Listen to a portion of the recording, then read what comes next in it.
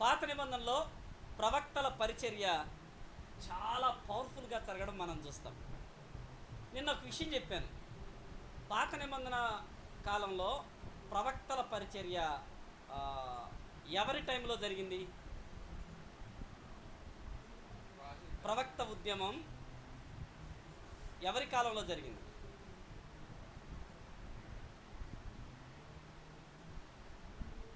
ప్రవక్తల ఉద్యమం ఏదో చెప్పినట్టున్నారు మీరు, రాజుల కాలంలో. అంతే, రాజులు పరిపాలన చేస్తున్నప్పుడు ప్రవక్తల పరిచర్య ప్రారంభం అయింది.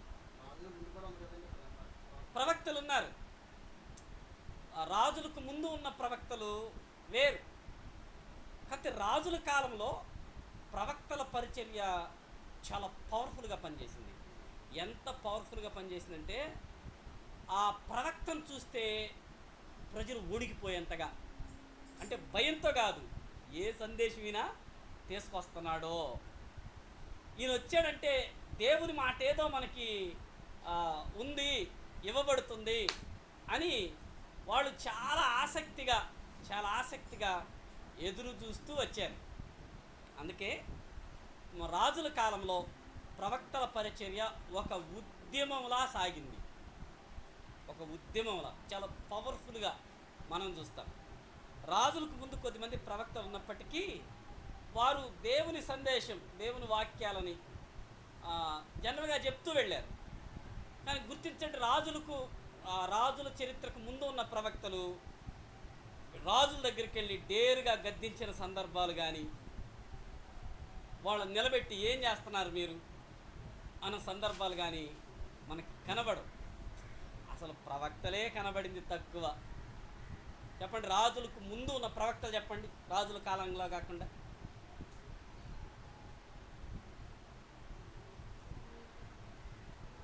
ఆలోచించండి.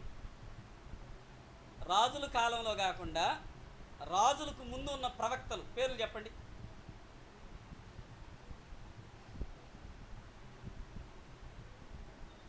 ఏమి ఇంతసేపు వెతికారు అన్నగారు? చెప్పండి, మీరే కదా ప్రవక్తలు ముందు కూడా ఉన్నారన్నారు కదా, మీరే చెప్పాలి. ఒకళ్ళు రాజుల కాలమే, సమూయేలు రాజుల కాలమే. అదే ముందు నుండే ఉన్న రాజుల కాలమేగా, అవునా? ఇప్పుడు మీరు మీ మనవడు సమకాలికులే, మీరు మీ మనవడు వయసులో ఎంత తేడా ఉందో చూడండి. కానీ మీరిద్దరు సమకాలికులే, ఒకే కాలం ఒకే సంవత్సరాల్లో బ్రతికిన వాళ్ళు. సో సమూయేలు ముందుండొచ్చు, కానీ రాజుల కాలం ఆరంభమైన కారణం చేత సమూయేలు కూడా రాజుల కాలానికి చెందిన వ్యక్తే. సమూయేలుకు ముందు ప్రవక్త ఎవరున్నారు? సమూయేలుకు ముందు ప్రవక్తలు ఏమండి మర్చిపోయారు? అహరోను ప్రవక్తన, మోషే ప్రవక్త, మిరియాము ప్రవక్త్రి, దెబోరా ప్రవక్త్రి. ఏ రాజు దగ్గర కన్నా వెళ్ళి ఏం మాట్లాడుతున్నావు అబ్బాయి నువ్వు అని ఎవడన్నా అన్నారా? అంటే రాజుల కాలానికి ఉన్న ప్రవక్తల పరిచర్య చాలా తక్కువ. కానీ రాజుల కాలం నుండి ప్రవక్తల్ని దేవుడు ఎక్కువ వాడాడు. ప్రవక్తను చూస్తే రాజుకి భయమే, యాజకుడికి కూడా భయమే. మరి నాయన వస్తుండ్రా దేవుడు మనిషి, ఇప్పుడు ఎవరికేడు వస్తుందో. అసలు అటు ఇటు చూడాల, వాళ్ళు యాజకులైనా రాజులైనా సరే ధీటుగా మాట్లాడారు. సో అందుకే రాజుల కాలంలో ప్రవక్తల పరిచర్య ఒక ఉద్యమంగా సాగుతూ వచ్చింది అన్న విషయాన్ని మనం నేర్చుకుంటూ వచ్చాం. Very good. సో ఈరోజు మనం ఈయన గురించి మనం వింటాం. ఇర్మియా గ్రంథం. నిన్న యెషయా గ్రంథాన్ని వింటూ వచ్చాం. యెషయా రాజా కుటుంబానికి చెందినవాడు. అద్భుతమైన పరిచర్య. 63 సంవత్సరాల దీర్ఘకాలం ఈయన పరిచర్య చేశాడు.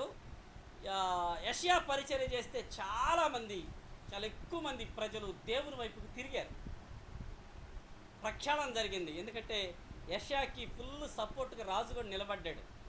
హిజ్కియా కాలంలో హిజ్కియా కూడా, మీరు ఎప్పుడైనా గుర్తుపెట్టుకోండి ఈ సూత్రం, ప్రవక్తల గ్రంథాలను చదువుతున్నప్పుడు ఖచ్చితంగా ఆ ప్రవక్త ఏ రాజు కాలంలో పనిచేశాడో ప్రతి బుక్ స్టార్టింగ్లోనే ఉంటుంది.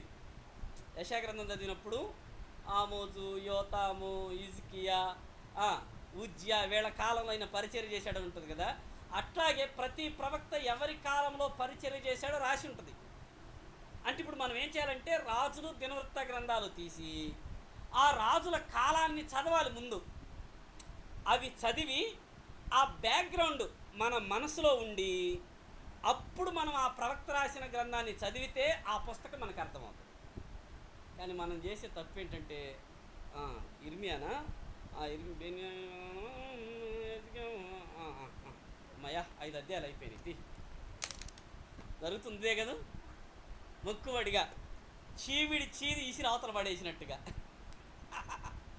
చాలామంది బైబిల్ని చదివే పద్ధతి ఇదే. 5 అధ్యాయాలు చదివినవా లేదా, 4 అధ్యాయాలు చదివినవా లేదా. చదవడం మంచిది, ధ్యానం చేయడం మరింత మంచిది. ధ్యానం అంటే 5-6 అధ్యాయాల్లో వెళ్ళలేము. కొన్నిసార్లు ఒక్క వచ్చిన దగ్గరే నిలబడిపోవచ్చు, ఒక్క పారాగ్రాఫ్కి సమయం సరిగిపోకపోవచ్చు. ఒకవేళ ఎక్కువ కష్టపడితే ఒక అధ్యాయాన్ని నువ్వు ధ్యానం చేసి ఉండొచ్చు, అంతే. కనుక చదవడం చాలా ముఖ్యం, ధ్యానం చేయటం మరింత ముఖ్యం, స్టడీ చేయడం మరింత ముఖ్యం. ఈ మాట చెప్పండి, రోజుకు ఒక్కసారి కోడిగుడ్ల మీద ఊరకట్ట పడుకొని వస్తే కోడి పిల్లలు అవ్వవు. ఎక్కువ టైం దాని మీదే గుడ్ల మీదే పొదగాల, అప్పుడు కోడిగుడ్లోంచి కోడి పిల్లలు బయటకు వస్తాయి. ఎక్కువ ఇన్కమ్ కూడా, పశు సంపద కూడా, కోళ్ళ సంపద కూడా పెరుగుద్ది. సో మనకి వాక్య సంపద పెరగాలంటే పోయి కూర్చొని రావడం కాదు, పొదగాలి. అది చాలా ప్రాముఖ్యం. సో కనుక ఈ ప్రవక్తల పరిచర్యను గురించినటువంటి విషయాలు మనం వింటూ వస్తున్నాము. ఇర్మియా 2వ ప్రవక్త, పెద్ద ప్రవక్తలో 2వ ప్రవక్తగా ఎంచబడిన మనం పిలుచుకునే ఇర్మియా గ్రంథాన్ని మనం ధ్యానం చేస్తాం. సో ఇర్మియా యాజక వంశానికి చెందిన వ్యక్తి. ఇర్మియా 1వ అధ్యాయం 1వ వచనంలోనే ఉంది చూడండి. బెన్యామీను దేశమందలి అనాతోతులో కాపురమున్న యాజకుల్లో ఒకడై హిల్కియా కుమారుడైన ఇర్మియా వాక్యాలు. ఇర్మియా ఎవరు? యాజకుని కుటుంబంలో పుట్టాడు. అంటే ఇతడు కూడా యాజకుడు కావలసిన వాడు. యాజకుని లైఫ్ సపరేట్, ఫుల్ సెక్యూరిటీ సెంటర్లో ఉంటుంది.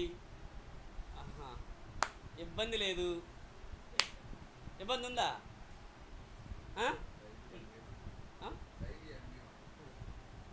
తెలుసుగా, డైలీ ఉంటుంది. ఒక్క పూట కాదు మనకి. అంటే ఇప్పుడు కాలంలో సండే తగులుతుంది, ఆదివారం కూడా సింహం గడ్డి వేసుద్దా అనేవాడు పాస్టర్ గారు.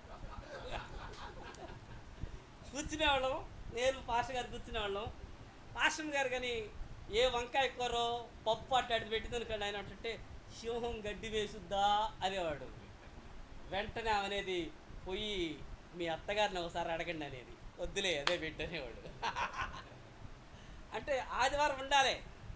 కానీ యాజకులకు అట్లా కాదు, డైలీ బలులు ఏమన్నా తక్కువ జరుగుతాయా, యాజకులకు రావాల్సిన భాగాలు ఏమన్నా తక్కువ ఉంటాయా, వాళ్ళు కాయగూరలు ఆకుకూరలు తినడానికి. కనుక వదలటమే. ఇన్కమ్ కూడా పట్టకరండర్రా అనాలి మనం. కానీ వాళ్ళకి అట్లా కాదు, సంవత్సరం కానుకలు, ప్రత్యేక కానుకలు, ప్రత్యేకమైన మొక్కుబడి కానుకలు అన్నీ వాళ్ళకి వస్తాయి. కనుక యాజకుని లైఫ్ ఏసీ రూమ్లో హ్యాపీగా ఉండాల్సిన లైఫ్. కానీ ఇర్మియా లైఫ్ అట్లాగేమీ లేదు. ఇర్మియా ఊరి పేరు ఏం పేరు? ఏమి నా వైపు చూస్తారు? ఇర్మియా వాళ్ళ ఊరి పేరు చదివాం కదా ఇప్పుడే. ఇంత అనాలోచితంగా ఉంటే అట్లా, ఆయన ఊరి పేరు అనాథోత్ అయితే. ఇర్మియా ఊరి పేరు అనాథోత్. ఎందుకంటే వీళ్ళతో మనకి చాలా ప్రాముఖ్యత ఉంది, అందుకే వీళ్ళ గురించినటువంటి ప్రస్తావన చెప్తూ ఉన్నాం మనం. ఇర్మియా యాజకుని కుటుంబంలో పుట్టాడు. ఆయన ఊరి పేరు అనాతోతు. చిన్న వయసులోనే ఇర్మియాని దేవుడు పరిచర్యకు పిలిచాడు. తల్లి గర్భంలో ఉన్నప్పుడే నేను నిన్ను పిలిచినానయ్యా, ఏర్పాటు చేసుకున్నాను అని అన్నాడు. అంటే ఒక రకంగా చెప్పాలంటే టీనేజ్లో ఉండగానే ఇర్మియాని దేవుడు తన పరిచర్య కొరకు పిలవడం, ఆయన పరిచర్యకు రావడం చేస్తూ వచ్చాడు. అయితే మనం గమనించవలసిన విషయం, యిర్మీయా విలాప ప్రవక్త అని పిలువబడ్డాడు. పాత నిబంధనలో యిర్మీయాలాగా ఏడ్చిన వాళ్ళు ఇంకెవ్వరూ లేరు. యిర్మీయా తర్వాత ఆ స్థాయిని మించి కన్నీరు గార్చిన వారు బైబిల్లో ఇంకొక్కళ్ళే ఉన్నారు, కొత్త నిబంధనలో యేసు ప్రభు వారు. అసలు ఆయన జీవితం అంతా, అందుకే ఈయన ఏడుపు ప్రవక్త అని పిలుస్తారు. ఆ రోజుల్లో ఈయన కనపడ్డాడంటే ఏడుస్తూ కనపడతాడు అనమాట. మనుషులకి కళ్ళమిటి నీళ్ళు కారుతా ఉంటాయి, ఏడుస్తూ ఉంటాడు. తమ్ముడు, అన్న, బ్రదర్, అరే దేవుడు మాట్లాడినారా అని వాళ్ళు వినకపోగా తిరిగి కొట్టేవాళ్ళు. సో యిర్మీయా చాలా క్రూషియల్ టైంలో, ఎందుకంటే యిర్మీయా టైంలో ఉన్న ఒకే ఒక మంచి రాజు చనిపోతాడు, యోషియా. మీకు చెప్పాను నేను స్టార్టింగ్, మీరు రాజుల గ్రంథాల్లో అక్కడ ధ్యానంలో ఉంటే ఇది అర్థమవుతుంది మీకు. ఆ రోజు చెప్పాను నేను, బాగా గుర్తుపెట్టుకోండి, యిర్మీయా దగ్గర ఈ విషయాలు వింటాము అని. యిర్మీయాకి చివరి యోధారాజు అయిన యోషియా బెస్ట్ ఫ్రెండ్. చివరి యోధారాజు కాదు, చివరి యోధా మంచి రాజు. రాజుల్లో యోషియా చివరుడు, మంచి వాళ్ళల్లో చివరివాడు. భలే మంచివాడు, ఎక్సలెంట్ పర్సను, భక్తి కలిగిన వాడు, మంచి భక్తిపరుడు.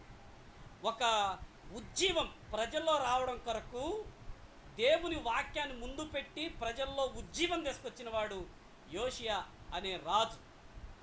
మీకు అర్థమవుతుంది కదా? మీరు అందరూ అట్లా చూస్తున్నారు, నేనేదో అర్థం కానట్టుగా, ఉర్దూనో గ్రీకు చెబుతున్నట్టుగా. రైట్, థింక్ చేద్దాం, బాగా థింక్ చేద్దాం.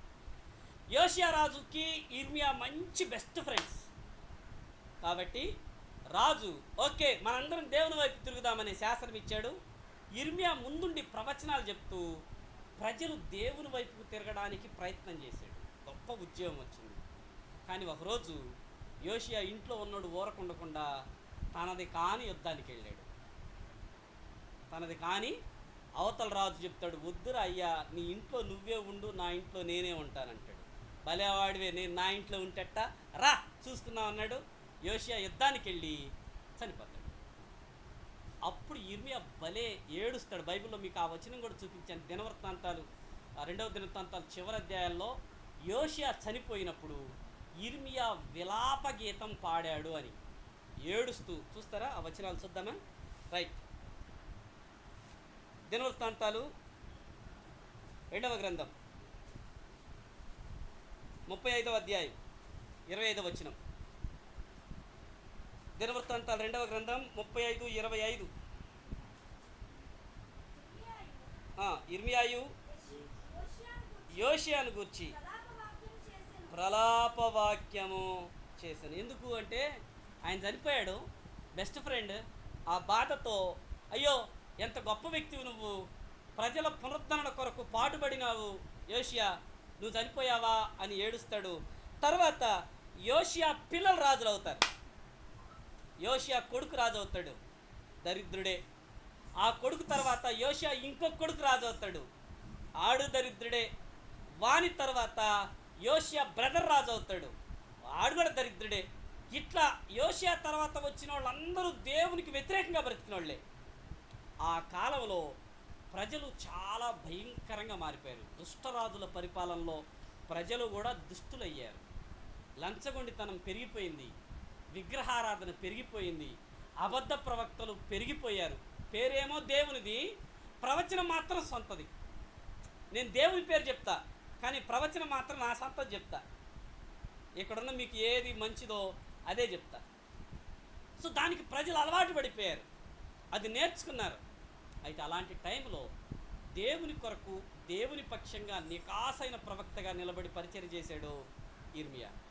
భలే కష్టకాలంలో ఈయన పరిచర్య చేస్తూ వచ్చాడు. చివరికి దేవుడు అన్నాడు, యిర్మీయా, వీళ్ళకి ఇవ్వబడిన టైం అయిపోయింది, వీళ్ళను కూడా నేను వీళ్ళ అక్కలాగే ఇశ్రాయేల్ దేశాన్ని, ఇశ్రాయేల్ రాజ్యాన్ని అష్షూరుకి ఎట్లా చెరకు తీసుకొని పంపించానో వీళ్ళను కూడా బబులోనికి చెరకు పంపబోతున్నాను. నేను వీళ్ళకు కూడా బబులోనికి చెరకెళ్తాను. వీళ్ళు ఉన్న వాళ్ళందరూ చెరకెళ్ళిపోతారు. కాబట్టి నువ్వు పని చేయి, పెళ్లి చేసుకోలేకు, నువ్వు వివాహం చేసుకోవద్దు. ఎందుకంటే నువ్వు వివాహం చేసుకుంటే నీ భార్య, నీకు పుట్టిన పిల్లలు కూడా చెరలోకి పోవాల్సి వస్తుంది. కాబట్టి అందుకోసం నువ్వు వివాహం చేసుకోవద్దంటే ఇర్మియా వివాహం చేసుకోకుండా అట్లాగే ఉండిపోయాడు. ఇక ఇర్మియా సందేశం ఏంటంటే దేవుని వైపుకి తిరగండి అని కాదు. ఇర్మియా సందేశం మారిపోయింది. ఆయన ప్రజల్లోకి వచ్చి యెహోవా ఇలాగు సెలవిచ్చుచున్నాడు, దేవుని మాట విదే, ఇదిగోండి ఉత్తర ప్రాంతం నుండి అపాయం ముప్పు మీ మీదకి రాబోతుంది. ఒక జనం వస్తారు, వాళ్ళు చిరతప్పులంతా వేగంగా ఉంటారు, వాళ్ళకి దేవుడు మిమ్మల్ని అప్పచెప్పాడు, మిమ్మల్ని వాళ్ళు బానిసగా దేశపోతారు, వాళ్ళకి లొంగిపోండి అన్నాడు. ఒక్కసారిగా చెవిటోడు కూడా చెవులు వచ్చినాయి. అప్పుడు అంటే చెవిటోడు కూడా విన్నట్టుగా విని ఏమంటా, దేవుడు మన దేవుడు మనల్ని పక్కన వాళ్ళకి బానిసలుగా అప్పచెప్తాడా? బానిసత్వానికి మేము లొంగిపోవాలన్నా? నువ్వు అబద్ధం చెప్తున్నావు, నువ్వు చెప్పేది అబద్ధం అని ఇర్మియాను కొట్టడం ప్రారంభించాడు. ఇర్మియా అంటాడు, దేవుని మాటే ఇది, మీరు దేవుని మాట వినలేదు. లంచం, విగ్రహారాధన, మీరు విశ్రాంతి సంవత్సరాలను మీరుతున్నారు, తర్వాత సునాద సంవత్సరాలను మీరారు, హితవత్సరాలని పట్టించుకోలేదు, అంటే 7వ సంవత్సరం భూమికి ఇవ్వవలసిన విశ్రాంతి దినాన్ని మీరు ఇవ్వలేదు. అలాగే 50వ సంవత్సరం మీరు పాటించవలసినటువంటి హితవత్సరం ఉందే దాన్ని చేయలేదు, విశ్రాంతి దినాన్ని చేయడం లేదు, దాని తర్వాత వడ్డీ వ్యాపారాలు, ఇవన్నీ దారుణంగా మీరు చేస్తున్నారు, విగ్రహారాధన వైపు మళ్ళాడు కనుక మిమ్మల్ని దేవుడు బబులోనికి పంపుతున్నాడు. వాళ్ళు వస్తారు, ముట్టడి దెబ్బ కడతారు, లొంగిపోతే బతికిపోతారు. లొంగకుండా యుద్ధం చేస్తామంటారా, కత్తి చేత నరకబడతారు. భలేవాడివే, ఎన్ని రోజులు ఉంటారో చూద్దాం, గేట్లు వేసుకొని పకడ్బందీగా లోపలే ఉందామంటారా, కరువుతో చచ్చిపోతారు, తెగులుతో చచ్చిపోతారు. కోరుకోండి, మీకు కత్తి కావాలా, కరువు కావాలా, తెగులు కావాలా? లేదు మాకు జీవమే కావాలంటే డోర్లు తీసి వెళ్ళి లొంగిపోండి అన్నాను. పౌరుషంతో ఇశ్రాయేలు ప్రజలు లొంగిపోలేదు. ఆ కారణం చేతనే బబులోను రాజు అయినటువంటి నెబుకద్నెజరు పరిపాలనలో 3 సార్లు యెరూషలేము మీదకి దాడి జరిగింది. 3 సార్లు చెరకు తీసుకొని వెళ్ళిపోయారు. ఆ చెరకాలాన్ని తన కళ్ళతో చూశాడు ఇర్మియా. ఇర్మియా కళ్ళతో చూసి ఏడుస్తూ రాస్తున్న పాటే విలాప వాక్యాలైతే ఆ టయానికి ముందుగా ఆయన ప్రవచించిన ప్రవచనాలే ఇర్మియా గ్రంథం. మీకు అర్థమైంది అనుకుంటున్నాను. ముందుకెళ్ళిపోదాం.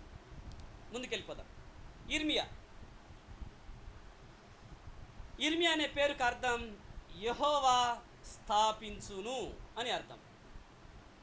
యెహోవా స్థాపించును.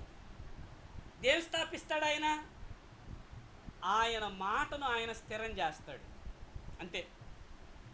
ఆయన మాట మీరు నమ్మినా నమ్మకపోయినా, మీకు ఇష్టమున్నా ఇష్టం లేకపోయినా, ఇది దేవుని మాట, యెహోవా సెలవిచ్చిన మాట ఇదే. ఆయన దాన్ని ఖచ్చితంగా స్థాపిస్తాడు, ఖచ్చితంగా చేస్తాడు. మీరు వింటే బాగుపడతారు, వినకపోతే చేసేదేం లేదు.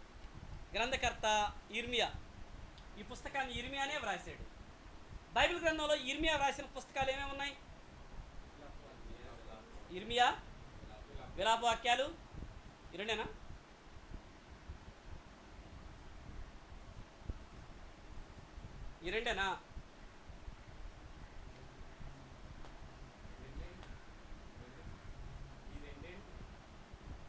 దారుణం, మీరు రెండని చెప్పడం. సమూయేలు గ్రంథాలను ఎవరు రాశారు? బాధపడలేదుగా దారుణం అన్నాను. సమూయేలు గ్రంథాలను ఎవరు రాశారు? అయ్యగారు. అయితే మీరు ఆన్లైన్లో పెట్టి కూడా వినట్లేదు. అయితే పెట్టడం కోసం అడుగుతున్నారు, వినటం కోసం కాదనమాట. సమూయేలు గ్రంథాలను ఎవరు రాశారు?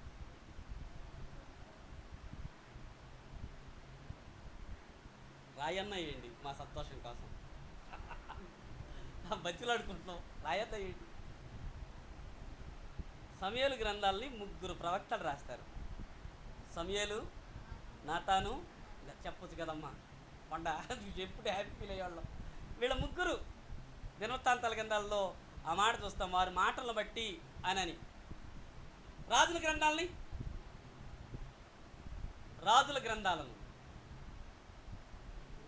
దినవృత్తాంతాలు 2 గ్రంథాలని,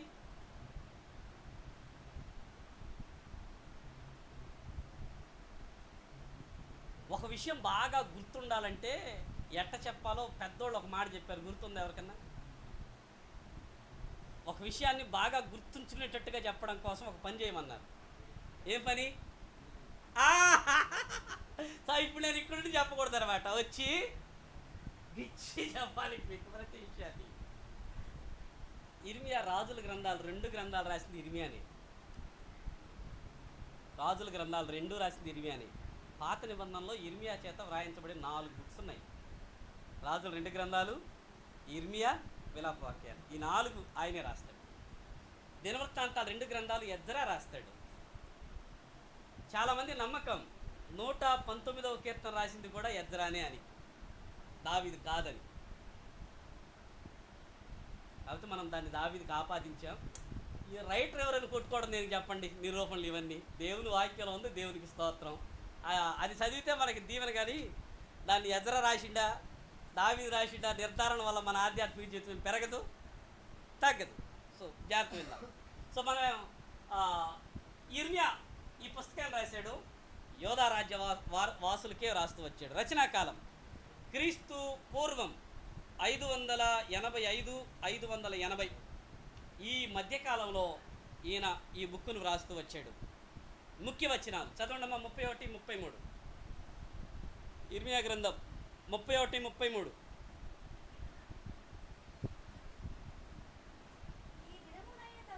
ఈ దినములైన తర్వాత నేను ఇశ్రాయేలు వారితో యోధా వారితోను, జాగ్రత్తగా ఈ మాట వినండి, చేయబోవు నిబంధన ఇదే. ఇదే ఎవరెవరితో చేస్తాడంట? ఇశ్రాయేలు వారితోను. జాగ్రత్త వినాలి. అప్పటికే ఇశ్రాయేలు చెరకు వెళ్ళారు, వాళ్ళు తిరిగి రాలే, కొద్దిమంది ఉండిపోయారు అక్కడక్కడ. వాళ్ళతోనూ యోధా వారితోను, అంటే మొత్తానికి 12 గోత్రాలతో దేవుడు చేస్తున్న నిబంధన ఇదే అని అన్నాడు. క్రొత్త నిబంధన గుర్చినటువంటి ఒక ప్రామిస్, ఒక ప్రవచనం మనం ఇర్మియా గ్రంథంలో చూస్తాం, క్రొత్త నిబంధన అనేటువంటిది. సో ఈ వాక్యం ఇర్మియా గ్రంథంలో ముఖ్యమైన వాక్యం. సమకాలికులు ఇర్మియాకు, వీళ్ళు సమకాలికులు. జఫన్యా, హబక్కుకు, యెహెజ్కేలు, దానియేలు, వీళ్ళు సమకాలికులు. సమకాలికులు అంటే జాగ్రత్త వినండి, సమకాలికులు అంటే ఒకే వయసోళ్ళు కాదు, ఒకే కాలంలో ఉన్నోళ్ళని. అర్థమైందా? సమకాలికులు అంటే ఒకే వయసు కలిగిన వాళ్ళని కాదు, ఒకే కాలంలో ఉన్నవాళ్ళని అర్థం. అర్థమైంది కదా? ఒకే కాలంలో ఉన్నవాళ్ళు అని అర్థం. ఉదాహరణకి అన్న మీ పేరేం పేరేనా? సుధాకర్ గారు. ఎంతమంది పిల్లలు? ఓకే, 2 పాపలు. వాళ్ళకి మ్యారేజ్ అయిందా? ఇంకా అవ్వలేదు. ఓకే.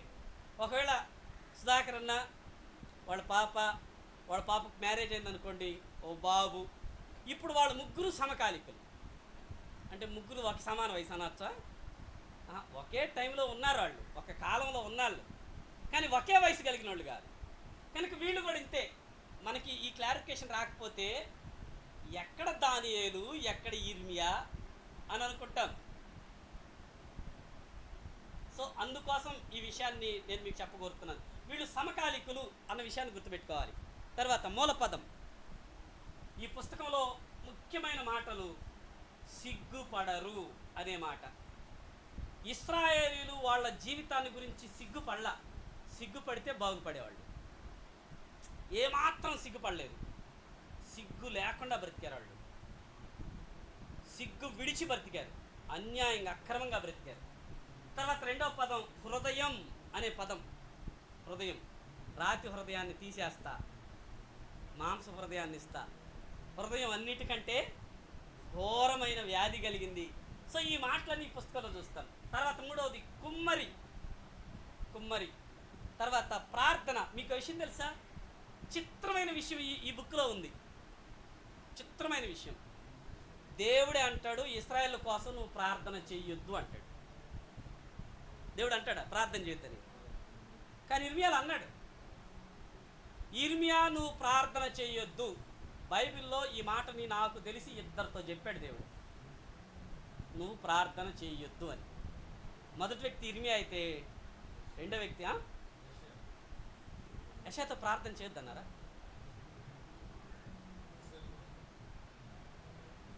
అన్నారా అంటున్నాను. ఎవరితో? వాళ్ళతో కాదు, నువ్వు చేయొద్దని చెప్పాడా? ఇప్పుడు మీరు ప్రార్థన చేసినా నేను విన్ను, అది కాదు నేను చెప్తుంది. నువ్వు ప్రార్థన చెయ్యొద్దు అని డైరెక్ట్గా పర్సన్తో చెప్పాడు. డైరెక్ట్గా అలా చెప్తూ నువ్వు చేసినా నేను విన్నా అన్నాడు. ఇర్మియా దగ్గర దేవుడు ఆ మాట అంటాడు. ఒక్కసారి కాదు, మనం ఇర్మియా గ్రంథాన్ని చూస్తూ ఉన్నప్పుడు చాలాసార్లు 2-3 సార్లు ఇర్మియా నువ్వు వాళ్ళ కోసం ప్రార్థన చేయొద్దు, చేసినా నేను విన్ను. 7వ అధ్యాయం 16వ వచనం, 7:16.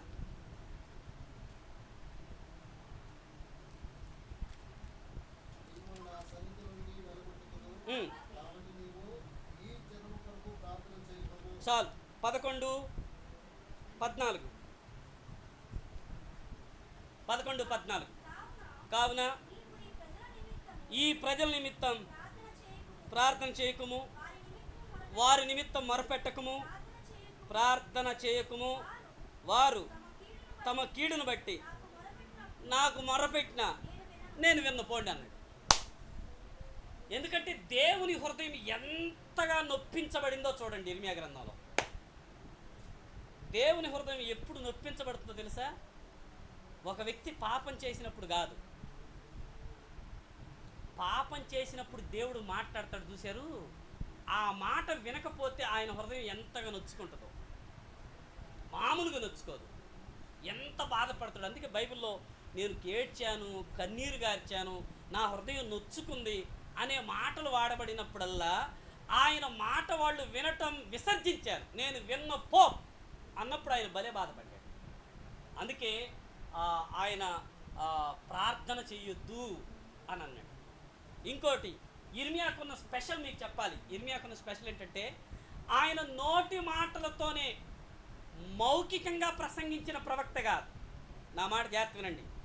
మౌఖిక ప్రవక్త మాత్రమే కాదు, ఆయన అభినయ ప్రవక్త.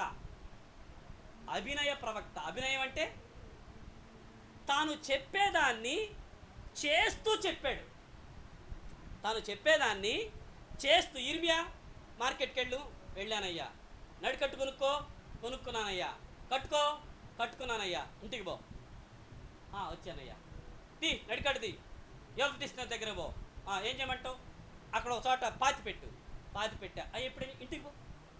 ఇంటికి వచ్చాడు. కొద్ది రోజుల తర్వాత ఇర్మియా వెళ్ళు, నడికట్టు తీసుకున్నానయ్యా, ఎట్టుంది, చీకిపోయిందయ్యా, చిల్లులు పడిందయ్యా, చిరిగిపోతుందయ్యా, ఇశ్రాయేలు దగ్గరికి వెళ్ళి మీరు కూడా ఎట్టయిపోతారని చెప్పు అన్నాడు. అంతే. అది అభినయం అంటే తను ఏం చెప్తున్నాడో దాన్ని లైఫ్లో ప్రాక్టీస్ చేసి చూపిస్తూ వచ్చాడు. ఇర్మియా కుమ్మరి ఇంటికి వెళ్ళానయ్యా. ఏం చేస్తున్నాడు కుమ్మరి? సారి మీద కొండ చేస్తుండయ్యా. ఏం జరిగింది? కొండ ఇరిగిపోయిందయ్యా. ఏం చేశాడు? మట్టిని ఇసిరేలా మళ్ళీ దాన్ని తీసుకొని ముద్ద కలిపి ఇంకో కొండ చేసిండయ్యా. పో, ఇశ్రాయేలుకి చెప్పు పో, నేను కూడా మీకు ఇట్లా చేయలేనా? నేను కుమ్మరిని గానా? మీరు మట్టి కాదా? మీ మీద నాకు అధికారం లేదా? ఏం చేస్తున్నారని మీరు నన్ను ప్రశ్నించగలరా? ఇట్లాంటి మాటలు చాలా ఇర్మియాలో ఉన్నాయి. అందుకే ఇర్మియా, యెహెజ్కేలు కూడా అభినయ ప్రవక్తలు.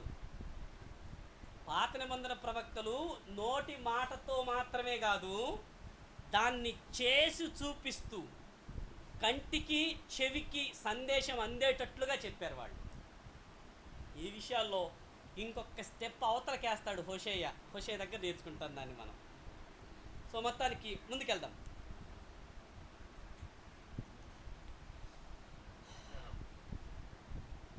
తీసుకెళ్ళదా? ఇంకో పాయింట్ ఉంది నా దగ్గర. రైట్, ఓకే, గ్యాప్ ఉంది కదా, అందుకే నేను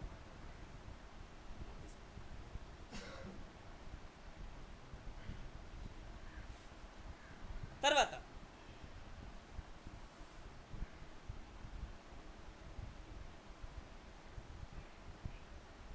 8 గ్రంథ ఉద్దేశం. ఇర్మియా గ్రంథ ఉద్దేశాన్ని 2 వాక్యాల్లో చూడొచ్చు మనం.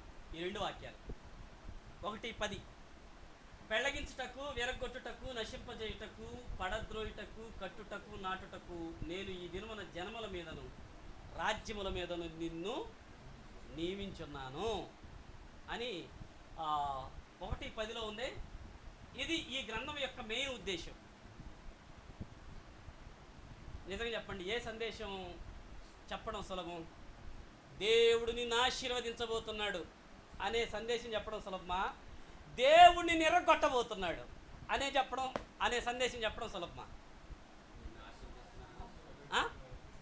ఏది కష్టం? అందుకే ఇప్పుడు వినబడే ప్రసంగాలన్నీ ఏంటి?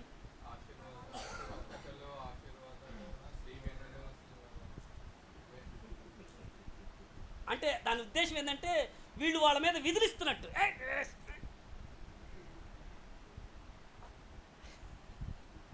నువ్వు ఎంత ఎదిరించినా నీకు చేతులు నొప్పులే కదా, ఆడికేమి రావు. చెప్పమన్న సందేశం చాలా ప్రాముఖ్యం. మనం ఏమి సందేశం చెప్తున్నాం అన్నది ప్రాముఖ్యం. గమనించాలి, ఆశీర్వాద సందేశం ఎవరైనా చెప్పగలరు, కానీ దేవుని హెచ్చరిక సందేశం చెప్పడానికి డేరుండాలా, నమ్మకత్వం ఉండాలి. మీకు గుర్తుందా, అబ్షాలోము చనిపోయినప్పుడు ఒకడు ఆతృత వస్తాడు, నేను పోయి చెబుతా రాజుకి, నేను పోయి చెబుతానంటాడు. ఊరుకోరు అయ్యా, ఇదేమన్నా శుభ సమాచారమా? శుభ సమాచారం అయితే ఆత్మని తెచ్చి తీసుకో అంటాడు. ఇది దుఃఖ సమాచారం, నువ్వు వెళ్ళినా ఉపయోగం లేదురా అంటే వాడు వినడు.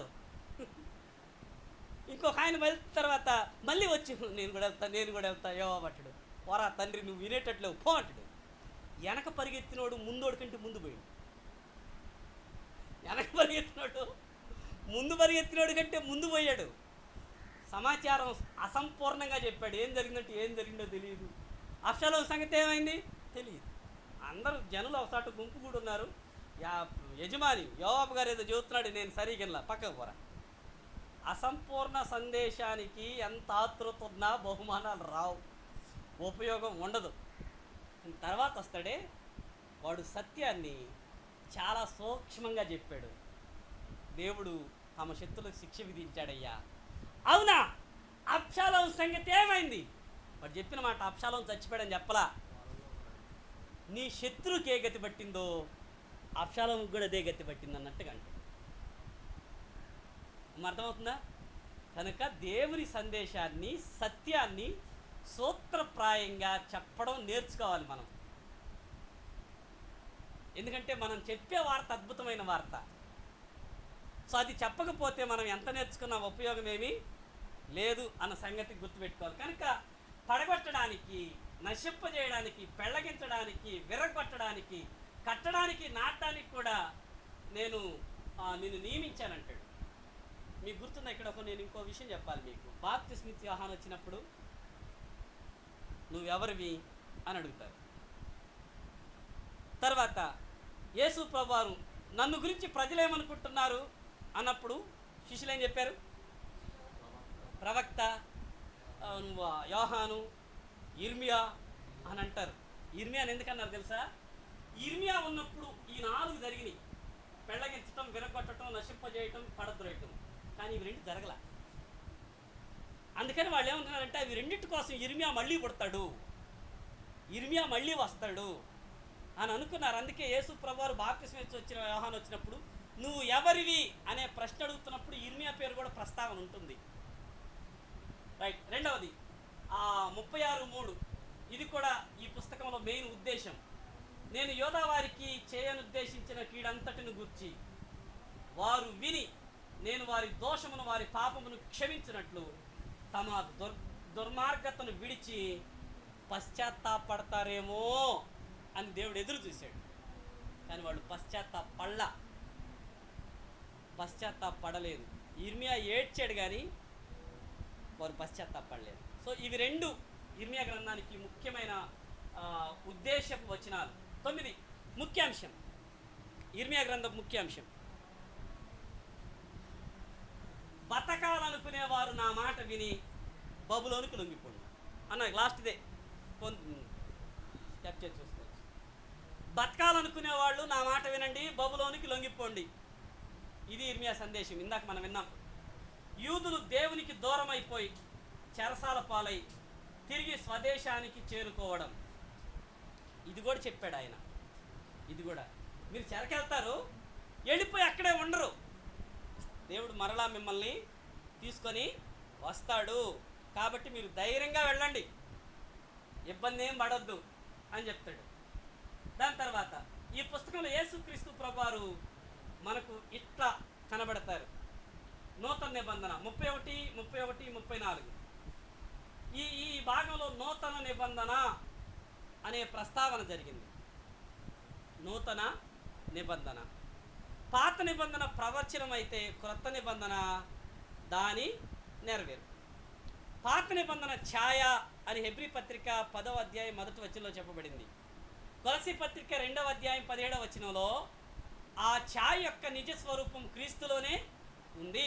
ఒరిజినల్ పర్సన్ క్రీస్తు, దాని ఛాయ ఇదంతా అని చెప్పబడింది. కనుక పాత నిబంధన కొత్త నిబంధన కోసమే, కొత్త నిబంధన పాత నిబంధన నెరవేర్పే.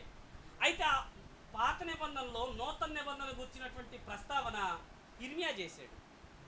సో ఆ నూతన నిబంధన మరొక మాట చెప్పాలంటే మన యేసుక్రీస్తు ప్రభువారు మనకి ఇచ్చింది మాత్రమే కాదు, యేసే మనకి నూతన నిబంధన.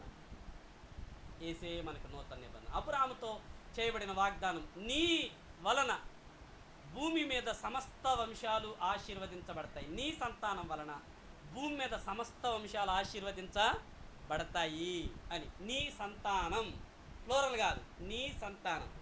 దాన్నే గల్తీ పత్రికలో పౌలు చెప్తూ అనేకుల గురించి అన్నట్టుగా ఆయన నీ సంతానములకు అని అనలేదు, నీ సంతానం అని ఒక్కని గురించే చెప్పాడు. ఆ సంతానం క్రీస్తే అని అన్నాడు. అంటే అబ్రహాముకు చేయబడిన వాగ్దానపు ఆ ఆశీర్వచనం యేసుక్రీస్తులో నెరవేరింది.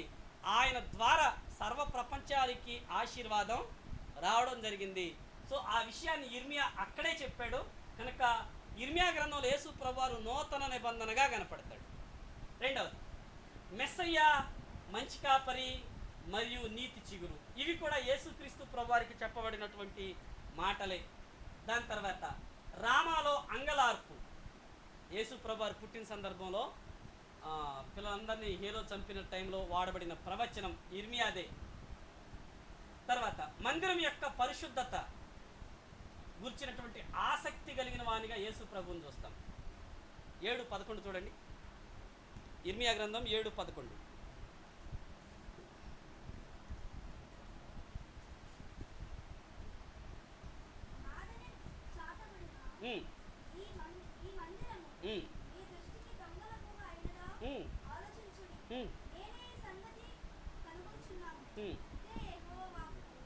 రైట్.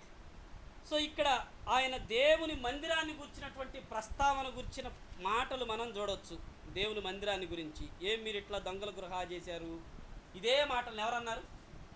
యేసు ప్రభువారు యోహాను సువార్తలో చెప్తూ వచ్చాడు, నా తండ్రి ఇల్లు మీరు దొంగల గుహగా చేశారా, నా తండ్రి ఇంటిని గురించిన ఆసక్తి నన్ను భక్షిస్తుంది.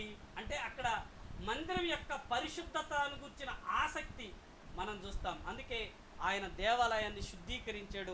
ఈ విషయాలన్నీ ఇర్మియా గ్రంథంలో ఉన్నాయి. ఈ గ్రంథంలో యేసు ప్రభువారు మనకి మన నీతిగా కనబడతాడు. మన నీతిమత్వంగా, నీతి చిగురుగా, మన నిబంధనగా, మనకి ఇవ్వబడిన నిబంధనగా, విలపించు ప్రవక్తగా యేసు ప్రభుని చూస్తాం. ఫోటో తీసుకోవచ్చు. విలపించేటువంటి ప్రవక్తగా యేసు ప్రభుని ఇర్మియా గ్రంథంలో చూస్తాం.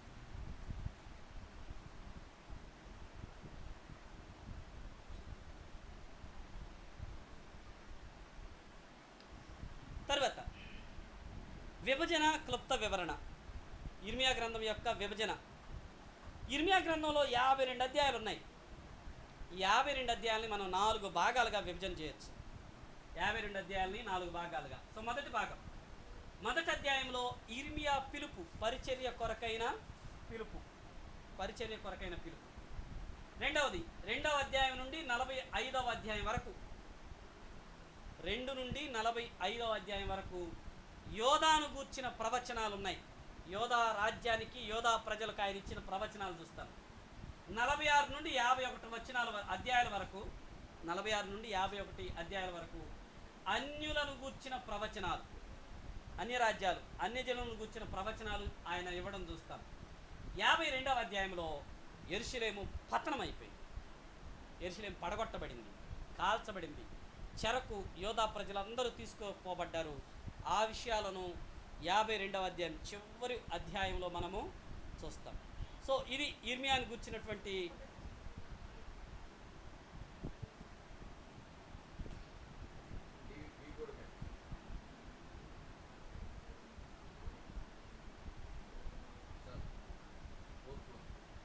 అంటేను కదా అట్లా.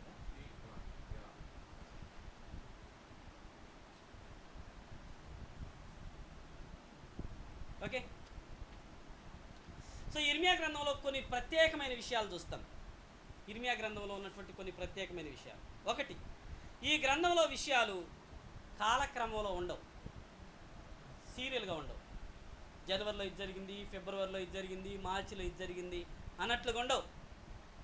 కానీ మీరు యెహెజ్కేలు చూడండి, యెహెజ్కేల్లో కాలక్రమంలో ఉంటాయి, సీరియల్గా ఉంటాయి, సంవత్సరాల తర్వాత సంవత్సరాలు, సంవత్సరాల తర్వాత సంవత్సరాలు. కానీ ఇర్మియాలు అట్లా ఉండవు. ఎందుకుండవు? ఎందుకు లేవు?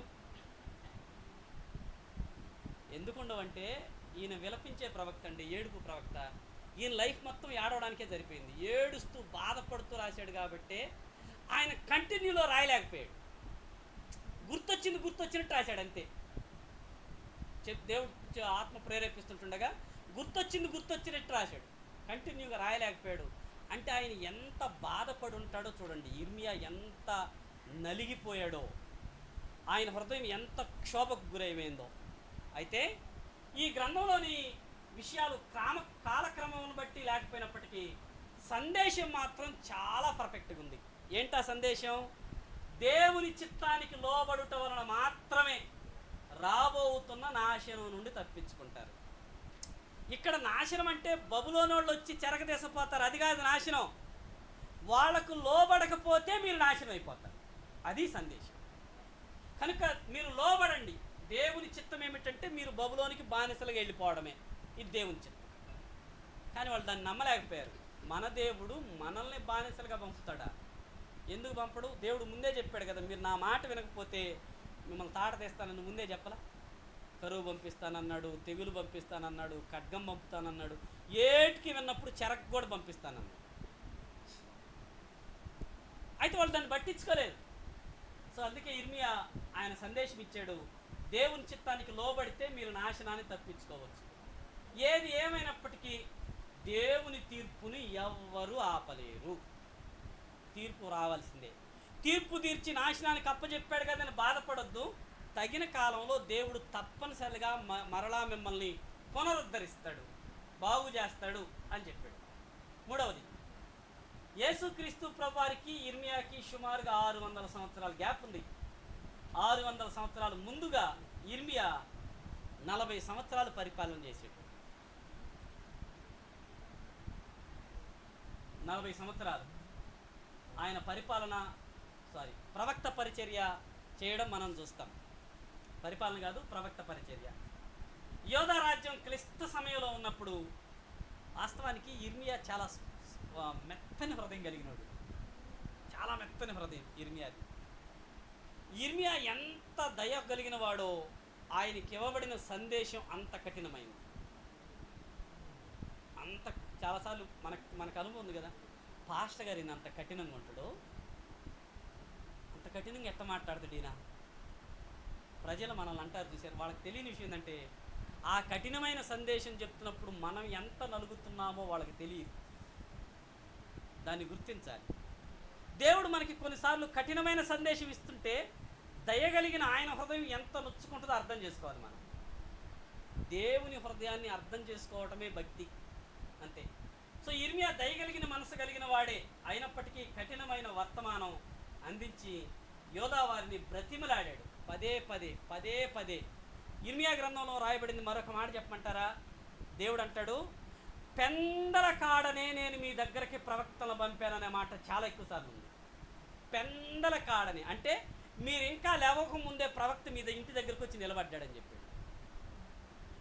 ఎర్లీగా వచ్చి నిలబెట్టాను ప్రవక్తలు, చెప్పు ప్రభువా 6:30 కంటే వాళ్ళు 6 గంటలకే పనికి పోతే 6 గంటలకు కూడా పోయేళ్ళు ఉన్నారు కదా, ఎర్లీగా లేచి వెళ్తారేమో, వాళ్ళు నిద్ర లేవక ముందే నువ్వు ఇంటి దగ్గర ఉండు.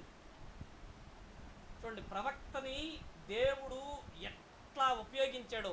పెందల కాడనే అందుకు ఇర్మియా గ్రంథం చదివేటప్పుడు ఆ మాట వచ్చినప్పుడల్లా మీరు అండర్లైన్ చేసుకోవాలి. అంత పెందల కాడనే మాటి మాటికి పంపించాడంటే దేవుడు ఎంతగా ఆయనకి సందేశం ఇచ్చాడో, ఆయన ఎంత ప్రలాపిస్తూ ఈ మాటల్ని ప్రజలకి చెప్తున్నాడో. అంటే నేను ఈ మాటలు చెప్తున్నప్పుడు మనకేం గుర్తు రావాలి తెలుసా? ఇప్పుడున్న తరం కూడా దేవుని మాట మాకు చెప్పండి, వాక్యం చెప్పండి, మారతామంటారా? యోధాను మించిపోయిన వాళ్ళు ఇప్పుడున్నోళ్ళు. అయితే మనం ఇర్మియాను మించిపోయిన వాళ్ళమేనా? నా మాట అర్థమైంది కదా? ప్రజలు వాళ్ళని మించిపోయిన వాళ్ళు ఇప్పుడు మనకుంది, మరి మనం ఇర్మియాను మించిన వాళ్ళమేనా? నీకు దేవుడు అవసరం, ఇష్టమైతే రా, కష్టమైతే మా అనుకో. రావటం నాకేమన్నా ఆగుతూ నాకు నష్టమా? ఈ ధోరణి కలిగి ఉంటే మనం ఇర్మియాలు కాలేదు. ప్రాధేయపడ్డాడు ఆయన. మాట వినండి దేశమా, దేశమా. ఏం మీరు మౌనంగా ఉన్నారు? యెహోవా మాట మీరు ప్రతిస్పందిస్తుంటే ఇక్కడ చెప్పేవాళ్ళకి థాట్స్ పెరుగుతాయి. మీరు ఫెవికిక్ చాక్లెట్ కానీ ఇంటి దగ్గర నోట్లు వేసుకొని వచ్చినట్టుగా వస్తే, ఫెవికిక్ చాక్లెట్ అండి,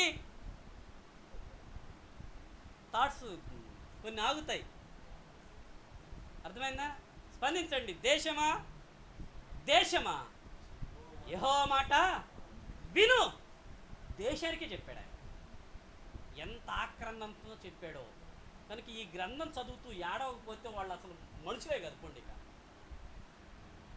ఈ గ్రంథం చదువుతూ వాళ్ళ హృదయం నొచ్చుకోకపోతే, వాళ్ళ హృదయం వెంట కన్నీరు రాకపోతే వాళ్ళు సేవకులుగా ఉండలేరు. దేవుని మనసుని సంతోషపెట్టే సేవకులుగా ఉండలేరు. సో ప్రత్యేకతలు, పాపం వ్యక్తిగతంగా ఉన్నా సామూహికంగా ఉన్నా ఆ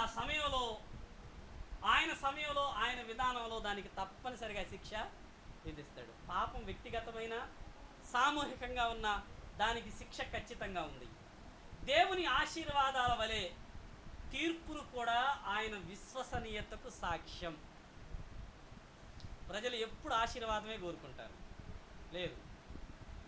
ఆయన తీర్పులు కూడా దేవుడు ఎంత నమ్మదగిన వాడో చెప్తుంది. అందుకే ఇర్మియా చెప్పిన మాట, విలాప వాక్యాలు 3:22-23 ఏముంది? 3:22-23 3వ అధ్యాయం విలాప వాక్యాలు 3వ అధ్యాయం 21, 22, 23 వచనాల్లో అద్భుతమైన మాట అన్నాడు ఇర్మియా. నీవు ఎంతైనా నమ్మదగిన దేవుడివి. ఎప్పుడు? యెరూషలేము పడగొట్టబడింది, కాల్చబడింది, ప్రజలు చెరకెళ్ళిపోయారు, ప్రాకారాలు పడగొట్టబడ్డాయి, అలాగే దేవాలయం పడగొట్టబడి దోచుకోబడింది, ఊరంతా శ్మశానమైంది, ఏకాకిలాగైపోయింది, పొగ పైకి లెగుస్తూ ఉంటే ఇర్మియా కొండ మీద కూర్చొని పడతాడు, దేవుడా నువ్వు నమ్మదగినోడు అని. సో ఇర్మియా అక్కడ ఉన్నటువంటి అంటే ఆ విలయాన్ని చూడలేదు, నమ్మదగిన దేవుణ్ణి చూశాడు. మరి మన జీవితాల్లో మనం నమ్మదగిన దేవుడినే చూస్తామా లేదన్నది చాలా ప్రాముఖ్యం. పాపంలో కొనసాగుతున్న మనిషి హృదయం దేవుని పక్షంగా కఠినమైపోతుంది. నేను ఈ శ్లోకం చదివాను. ఒక అతిక్రమాన్ని ఒకసారి చేస్తే పొరపాటు, రెండోసారి చేస్తే తప్పు, మూడోసారిని చేసుకుంటూ వెళ్తే అది అలవాటైపోతుంది. అలవాటైంది మానుకోవటం భలే, చెప్పండి, భలే కష్టం. అందుకే పాపం పొరపాటుగానో తప్పుగా ఉంటే పర్లేదు, కానీ అలవాటైతే ప్రమాదం. కానీ ఇశ్రాయేలుకి అది అలవాటు అయిపోయింది, వాళ్ళ హృదయం కఠినమైపోయింది. ప్రజలు ఏమి ఆలోచిస్తున్నప్పటికీ, ఎలా స్పందించినప్పటికీ దేవుని వాక్యం ఉన్నది ఉన్నట్లుగా ప్రకటించే విషయంలో దేవుని మనిషి రాజీ పడకూడదు. దేవుని మనిషి, దైవజనుడు, దేవుని ప్రవక్త, దేవుని వాక్యం చెప్పేవాడు, అక్కడ ఎవరు ఉన్నా సరే, ఏ పరిస్థితి ఉన్నా సరే రాజీ పడకూడదు. సందేశంలాగే అంతేనా? లేకపోతే కలపడాలు, వాడు బాధపడతారేమో. సో అట్లా సందేశం మారిందంటే పౌలు చెప్తాడు, నేను దేవుని సేవకుడను కాకపోతును, అంతే. సందేశం మారకూడదు. ఏమన్నా మరన్నా? సందేశం మారకూడదు. సందేశాన్ని సందేశంగా చెప్పాలి. దేవునికి విధేయులవటం ద్వారా చెడ్డ పరిస్థితుల్లో కూడా ఒక మేలును మనం పొందుకోగలుగుతాం. నువ్వు దేవునికి విధేయత చూపితే కఠిన పరిస్థితుల్లో కూడా మేలు పొందుకుంటాం. కఠిన పరిస్థితుల్లో కూడా విధేయత చూపకపోతే మేలు, ఆశీర్వాదం, దీవెన మనకి రావు.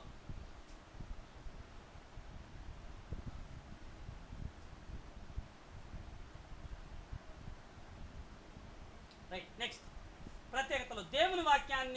దేవుని వాక్యమును దైవజనుని తిరస్కరించినంత మాత్రాన దేవుని వాక్యం సత్యం కాదు. విశ్వాసులకు సరైన మాట కాదు. మరి మనకు కూడా అంతే. మనం కూడా కొన్నిసార్లు దేవుని వాక్యాన్ని పక్కన పెడతాం, మనం దైవజనులు అన్న విషయాన్ని పక్కన పెడతాం, మన పైన ఉన్న దైవజనులను పక్కన పెడతాం. సో ఏదేమైనా దేవుని వాక్యం సత్యం. నిరీక్షణ అనేది మనుషుల మీద లేక పరిస్థితుల మీద కాక దేవుని గుణగణాల మీద ఆధారపడాలి, మనుషులను బట్టి కాదు. ఇంకేముందండి, ఈయన పోయిండండి, ఇంక అంతా అయిపోయినట్టేనండి. అర్థమైందా? ఈయన పోయాడు కంటే మా దీపం ఇంక అయిపోయింది, ఏం చేయాలో అర్థం కావట్లేదు. ఇట్లాంటి పరిస్థితి యెషయాకు వచ్చింది. ఉజ్జియా చనిపోయాడు. ఉజ్జియా మంచి రాజు, జనం అందరూ లబోదిబో అనుకుంటున్నారు. అప్పుడు యెషయాకి దర్శనం కనపడింది. రాజైన ఉజ్జియా మృతి నొందిన సంవత్సరమున సైన్యములకు అధిపతి యెహోవాను నేను చూచితిని. ఎట్లున్నాడట? ఆయన అత్యున్నత సింహాసనం మీద ఆసీనుడై ఉన్నాడు. అంటే అర్థం ఏంటి? చచ్చిపోయింది ఆ రాజేమో, నేను కాదు, నేను ఇంకా బ్రతికే ఉన్నా. ఉజ్జియా చచ్చిపోయాడు, నేను ఇంకా బ్రతికే ఉన్నా. ఉజ్జియా సింహాసనం ఖాళీ అయింది, కానీ అత్యున్నత సింహాసనం మీద నేను ఇంకా ఆసీనుడై. అది యెషయా ప్రవచనం చెప్పినప్పుడు, లేకపోతే ఆ వాక్యం చెప్తున్నప్పుడు ప్రజలందరూ చూడాల్సింది ఉజ్జియాని కాదు, దేవుణ్ణి. అత్యున్నత సింహాసనాన్ని చూడాలి కానీ యోధా సింహాసనాన్ని కాదు. మరలా చెప్తున్నాను, మన ముందున్న దైవజనులు, మన ఆధ్యాత్మికంగా పోషించేవాళ్ళు ఎంత ఉద్దండోద్దండలవుగాక దేవుని చూసే నేత్రాలు కలిగిన దేవుని మనుషులు ధన్యులు. దేవుని మనుషులు చూసే దేవుని మనుషులు కాదు కావాల్సింది, దేవుణ్ణే చూడగలిగిన దేవుని మనుషులు అవసరం. నేనేం చెప్పాను అర్థమైంది కదా? Very good. తర్వాత నిజమైన దైవజనుడు కేవలం దేవుని వాక్యాన్ని మాత్రమే ప్రకటిస్తాడంతే. దేవుని వాక్యం నుంచి పక్కకు వాడు వంటగదిలోకి వెళ్ళడు, పార్కుల్లోకి వెళ్ళడు. అర్థమైందా? అటు మొత్తానికి విహార స్థలాల్లో తిప్పుకొని రాడు. దేవుని వాక్యం ఎప్పుడు కత్తి లాంటిది అన్నాడంటే, కత్తి గాయం చేస్తా, లేకపోతే మేలు చేయాలన్నా గాయం చేసే మేలు చేస్తుంది. కత్తితో ఆయింట్మెంట్ పోయిట మీరు ఎప్పుడన్నా చూశారు? ఏమండి?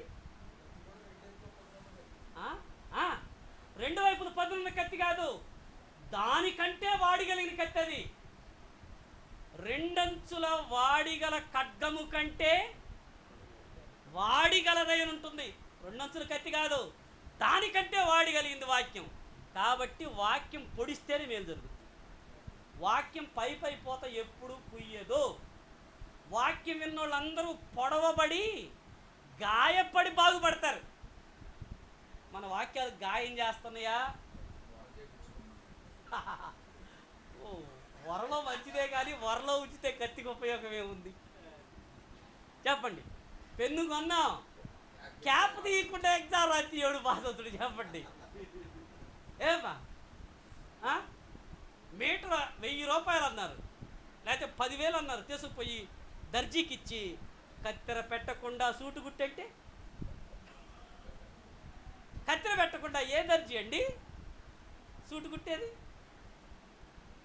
ప్రపంచంలో ఎవరన్నా ఉన్నారా? ఎవరు లేరు. కత్తెర బారిన పడితేనే అది సరైన సూట్ అవ్వగలదు, సరైన డ్రెస్ అవ్వగలదు. అంతే దేవుని వాక్యం కూడా వాక్యం మాత్రమే చెప్పాలి. యెహోవా సెలవిచ్చెను అనే ఈ మాట పాత నిబంధన అంతట్లో 349 సార్లు ఉంది. యెహోవా సెలవిచ్చెను, యెహోవా ఎలా సెలవిచ్చిననే మాట. అయితే ఇర్మియా గ్రంథంలో 157 సార్లు ఉంది. ఎన్నిసార్లు వాడాడో చూడండి. అంటే ఇర్మియా ఉద్దేశం ఏంటంటే, చెప్తున్న మాట నాది కాదు, నేను మీ ఊరోని మీ ప్రాంతం అని అనుకుంటున్నారేమో. నా మాట కాదు, సందేశం అయింది. స్వరమే నాది కానీ సందేశం అయింది. జాగ్రత్తనండి, స్వరమే నాది కానీ సందేశం అయింది. ఇప్పుడు మీరు స్వరం పట్టుకొని నా వైపు చూస్తే కుదరదు, సందేశం వైపు చూడాలి. అరణ్యంలో కేక వేయు ఒకని శబ్దం, శబ్దాన్ని మాత్రమే, కానీ ఈ స్వరం ఎక్కడి నుంచి వస్తా పరచం అన్నాడు, ఆయన వైపు చూడండి. బాప్తిస్మ యోహాను చెప్పింది అదే, నన్ను వినండి ఆయన్ని చూడండి. నన్ను వినండి ఆయన్ని. మరి మనం నన్నే వినండి నన్నే పోండి. ఆధ్యాత్మిక గుడితనం దాన్ని మించి ఏముంది పోండి. ఇక నన్నే వినండి నన్నే చూడండి అంటే ఇక పోండి. ఇక వెలుగు దూత వేషం వేసుకున్నోళ్ళే. సో జాగ్రత్త పడాలంతే. రైట్, తర్వాత తీసుకున్నా, ఫోటో తీసుకున్నారా? Very good, thank you. మరికొన్ని విషయాలు ఈ పుస్తకంలో, ఈ విషయాలు చాలా ఎక్కువగా చెప్పబడ్డాయి. ఓట, పగిలిపోయే తొట్లు, మాసిపోని పాపపు డాగు, ఒక మనిషికై అన్వేషణ, పురాతన మార్గాలే మంచివి, చేజారిపోయిన అవకాశం, పశ్చాత్తాపానికే కన్నీటి పిలుపు, తర్వాత మానవ హృదయం యొక్క భ్రష్ట గుణం. ఈ విషయాల గురించి ఇర్మియా చాలా ఎక్కువ చెప్పాడు. ఇర్మియా బోధనలో ఉన్నటువంటి విషయాలు ఇవి. అయిపోయిందా? తర్వాత మరికొన్ని, బంకమన్ను, కుమ్మరి, కపట కాపరులు. చాలా బాగుంటుంది, మనందరం చదువుకోవాల్సిన అధ్యాయం అది. కపట కాపరులు ఎట్లా ఉంటారో, గొర్రెలను ఎట్లా చేస్తారో చెప్తూ, దేవుణ్ణి కనుగొనడం ఎట్లాగా, క్రొత్త నిబంధన, దేవుని వాక్కును పాడు చేయడం.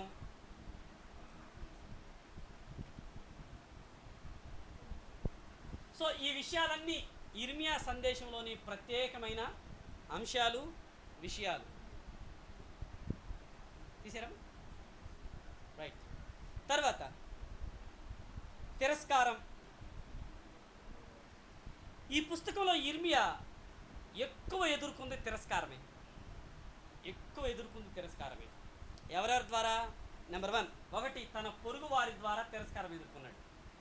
ఇర్మియా గ్రంథం 11వ అధ్యాయంలో తన సొంత కుటుంబీకులు కూడా తిరస్కరించారు ఇర్మియాని, సొంత కుటుంబీకులు. 2, యాజకులు, ప్రవక్తల ద్వారా కూడా, ప్రవక్తలు అంటే ప్రవక్తలని పిలువబడే వారి ద్వారా, యాజకులు అని ఉండాల. మన పరువు తెస్తున్నావు కదరా అబ్బాయి, నువ్వు మా ఓడు అని చెప్పుకోవడానికి కూడా సిగ్గుపడుతున్నాం మేము, హే అని ఎన్ని మాటలుంటారు ఇర్మియాని. యాజకులు, ప్రవక్తల ద్వారా తిరస్కారం ఎదుర్కొన్నాడు. తన స్నేహితులు కూడా తిరస్కరించారు ఆయన్ని. ప్రజలందరి ద్వారా తిరస్కారం ఎదుర్కొన్నాడు. ప్రజలందరి ద్వారా, చివరికి రాజు ద్వారా కూడా తిరస్కారం ఎదుర్కొన్నాడు. ఇంకో మాట చెప్పాలి, అందరు కొట్టేవాళ్ళు, ఊర్లో కూడా కొట్టాడు. ఇంట్లో కొట్టారు, ఊర్లో అనాతోతోళ్ళు అయితే డైరెక్ట్గా చంపేద్దాం పదండి రవండి అన్నారు. అనాతోతు వాళ్ళు సొంత ఊర్లో, ఏమంటే ఊర్లో వాళ్ళు చంపేస్తాం అనే నిర్ణయం తీసుకుంటే ఇర్మియా ఎక్కడ బతకాల? ఇర్మియా పడిన పాట్లు, ఆయన మీదకి వచ్చిన అవమానాలు చాలా దారుణంగా ఉంటాయి ఇర్మియా గ్రంథంలో. అయితే ఇన్ని పాట్లు పడ్డాడు. కొన్నిసార్లు అనుకున్నాడు, ఇక నేను ప్రకటించను, చెప్పను అనుకున్నాడు. ఇంట్లో మౌనంగా కూర్చుంటే ఫైర్ ఇన్ బోన్స్, లోపల నుంచి అగ్ని మండింది.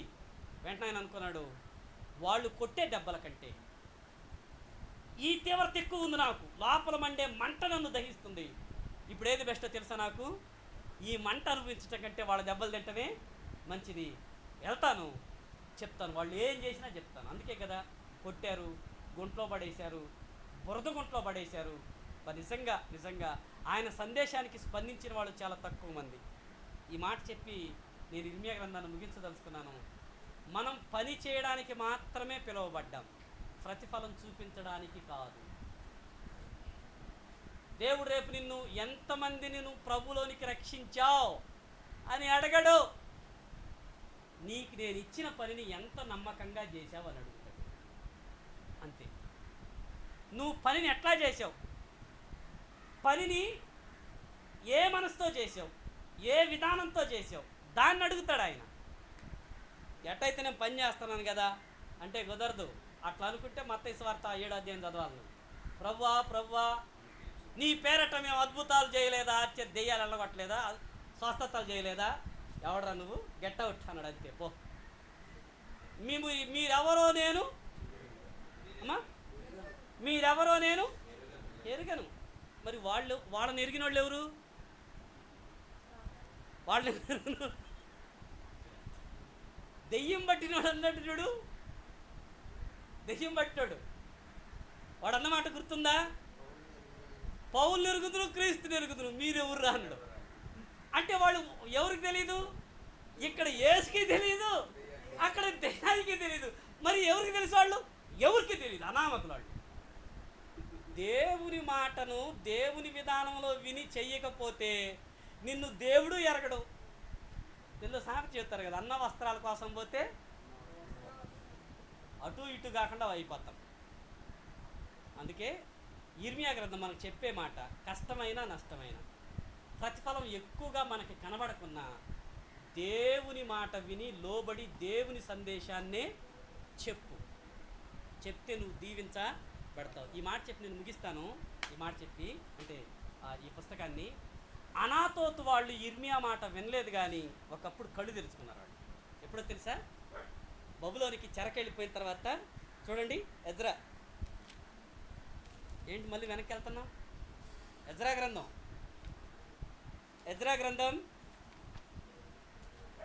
ఏది ముందు? ఇర్మియా గ్రంథం ముందా, ఎజ్రా ముందా? ఎజ్రా ముందా? కాలాన్ని బట్టి ఇర్మియా ముందు, ఇర్మియా తర్వాత ఎజ్రా ఉంటాడు. ఇర్మియా తర్వాత కదా ఎజ్రా వచ్చేది. ఎజ్రా గ్రంథం 1వ అధ్యాయం 2వ అధ్యాయం 23వ వచనం.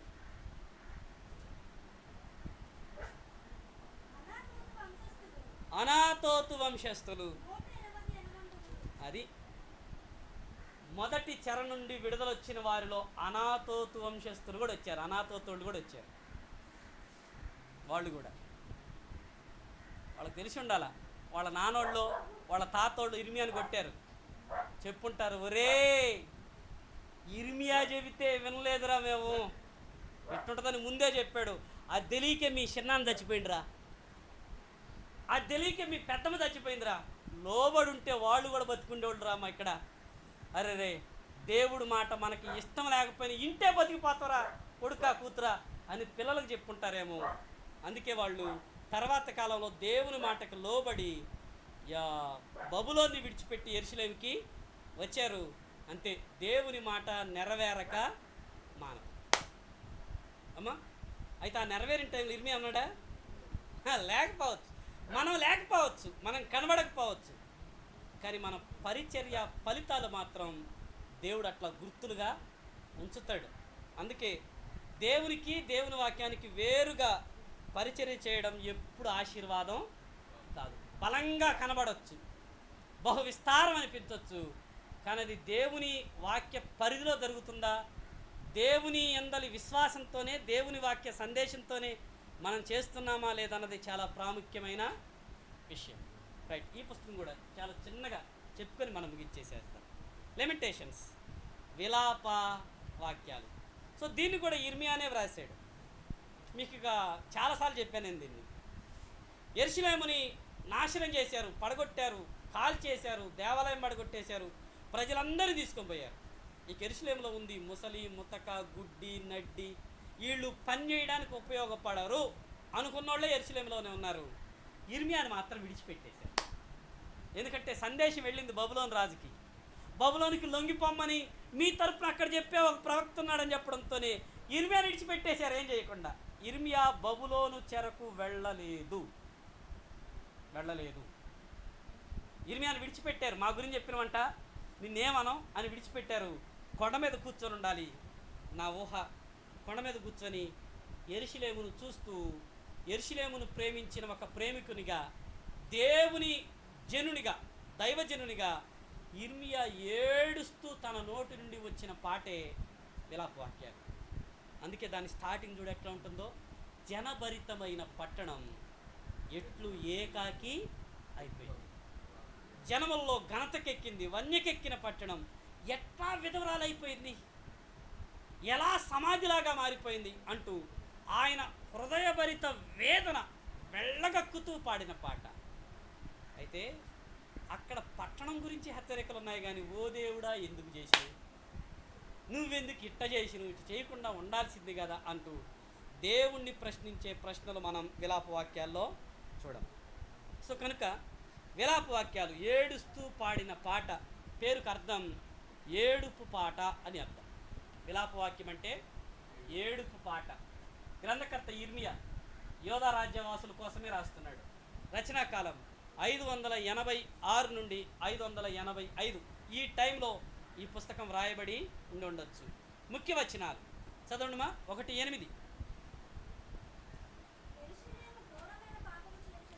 యెరూషలేము ఘోరమైన పాపం చేసెను, అందుచేతను అది అపవిత్రురాలు ఆయను, దాన్ని గణపరిచిన వారందరూ అబ్బా దాని మానవును చూచి చూసారా ఎంత ఘోరంగా బ్రతికిందో యెరూషలేము.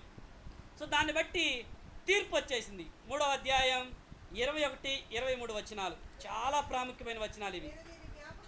నేను దీన్ని జ్ఞాపకం చేసుకొనగా నాకు ఆశ పుట్టుచున్నది. యెహోవా కృపగలవాడు, ఆయన వాత్సల్యత ఎడతెగక నిలుచున్నది కనుక ఇంకా మనల్ని పూర్తిగా నిర్మూలన చేయలే. అనుదినము నూతనముగా ఆయనకు వాత్సల్యం పుట్టుచున్నది. ఆ మాట నిజం చెప్పండి, ఆ పరిస్థితులు ఎవరు నీ మాట చెప్పగలరా? ఇర్మియా అన్న మాట అద్భుతం. ఇది నిరాశలో నిరీక్షణ కేక అని అంటారు దాన్ని. నిరాశలో నిరీక్షణ కేక. ఈ మాట చెప్పాలి. ఇర్మియా ఈ విలాప వాక్యాలు స్టార్టింగ్ నుంచి ఒక రకమైన సౌండ్తో పాడుతూ వచ్చాడు ఈ పాటని. కానీ 3వ అధ్యాయం 21కి వచ్చేసరికి కొంచెం స్వరం పెంచాడు. 22వ వచనం మాత్రం గంభీరంగా పాడాడు దాన్ని.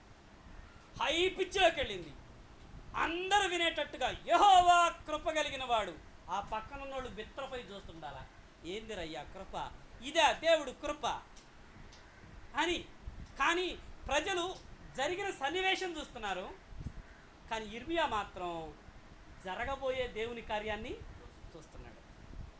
ఈ శ్రమలో కూడా దేవుడు ఇవ్వబోయే దీవెన విధేయులగితే, ఈ శ్రమను బట్టి విధేయత చూపితే దేవుడు ఎలాంటి స్థితిని ఇవ్వబోతున్నాడో దాన్ని చూసి దేవుని నమ్మకత్వాన్ని చూడగలిగాడు దేవుని మనిషిగా ఇర్మియా.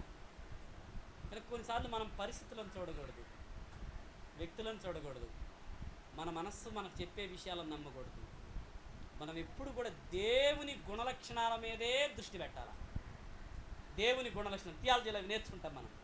దేవుని గుణలక్షణాల మీద కానీ దృష్టి పెట్టి వాటిని చూడగలిగితే మనకు భలే బాగుంటుంది. అప్పుడప్పుడు భార్యాభర్తల మాటల్లో ఈ మాటలు వస్తాయి, తల్లిదండ్రుల మధ్య పిల్లల మధ్య. నన్ను నువ్వు అర్థం చేసుకుంది ఇదేనా, ఇంతేనా 20 సంవత్సరాల మన సంసార జీవితంలో ఇంతేనా, నీ కొడుకు మీద నీకున్న నమ్మకం ఇంతేనా? అదే ప్రశ్న మనం దేవుని విషయంలో అడుక్కుంటే, నా దేవుణ్ణి నేను నమ్మింతకాలం అయింది, ఆయన నేను విశ్వసించింది ఇంతేనా అని ప్రశ్నించుకుంటే భలే బాగుపడతాం. 5:21 యెహోవా నీవు మమ్మను నీ తట్టుకు త్రిప్పిన ఎడల మేము తిరిగేదము. అది అంటే ఇర్మియాకి ఏముంది?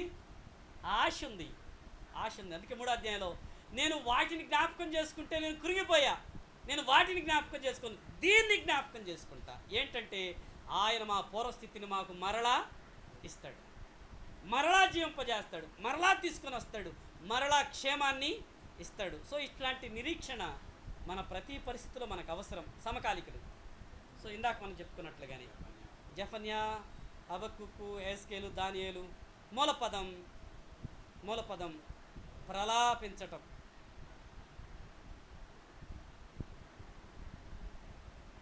ఫోటో తీసుకున్నారా? రైట్. తర్వాత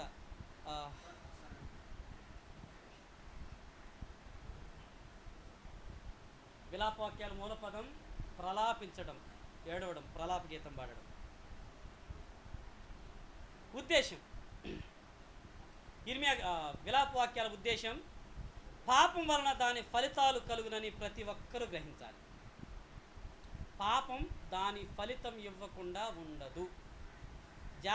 పాపానికి జాలి లేదు, జాలి చెప్పదు. దాని ఫలితాన్ని ఖచ్చితంగా మనకి ఇచ్చే తీరుతుంది. ఇశ్రాయేలీయుల కంటే యోధా ప్రజలకు అదే జరిగింది. పాపం చేశారు, బానిసత్వంలోకి వెళ్ళిపోయారు. తప్పించుకుందామని ఎన్నో ప్రయత్నాలు చేశారు రాజులు.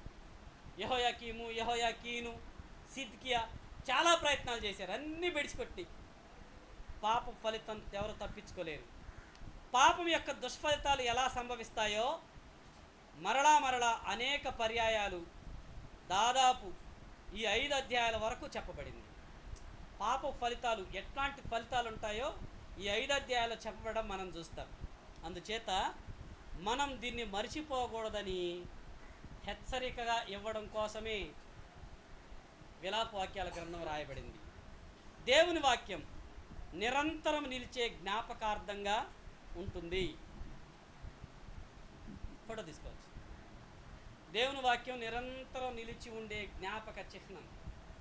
అంటే మన భాషలో చెప్పుకోవాలంటే యెరూషలేము పాడైపోవచ్చు, గొప్ప వైభవంతో కూడిన ప్రపంచ ప్రఖ్యాతిగాంచినటువంటి దేవాలయం పాడైపోవచ్చు, కానీ దేవుని వాక్యం నిలిచి, చెప్పాలి, దేవుని వాక్యం నిలిచి, నిజం చెప్పండి, ఇశ్రాయేలు యూదులు కొత్త నిబంధనలో కూడా వాళ్ళకి ఏది ప్రాముఖ్యం? యెరూషలేమా, ధర్మశాస్త్రమా, దేవాలయమా, దేవుని వాక్యమా? వాళ్ళు దేవుని వాక్యాన్ని పట్టుకొని బతికారా? అదే తేడా కొట్టింది వాళ్ళు. అయితే మనకి ఏది ప్రాముఖ్యం? దేవాలయమా, యెరూషలేమా, మన మినిస్ట్రీనా, దేవుని వాక్యమా? ఏది ప్రాముఖ్యం? ఈ ప్రశ్నకి మీరు జవాబు చెప్పొద్దులే, మనం మనసు లోపల జవాబు చెప్పుకుంటే చాలా బాగుంటుంది. ముఖ్యాంశం: ప్రస్తుత దుఃఖానికి కారణం రాబోవు నిరీక్షణకు హేతువు. అంతే. ఏంటి ప్రస్తుత దుఃఖానికి కారణం? ఏంటి? విలాపవాక్యాల్లో ఆ విలాపానికి కారణం అంతే, పాపమే. వాళ్ళ అవిధేయతే, దేవుని వాక్యానికి వారు చూపిన అవిధేయతే ఈ పరిస్థితికి కారణం. మరి వాళ్ళ నిరీక్షణకు హేతువేంటి? రాబోవు నిరీక్షణకు హేతువేంటి? విలాపవాక్యాల నుండి ఆలోచించండి, మీ మనసులోంచి కాదు. రాబోవు నిరీక్షణకు నువ్వు మరలా మా పూర్వస్థితిని మాకిస్తావు అన్నాడు ఇర్మియా. ఏంటి కారణం?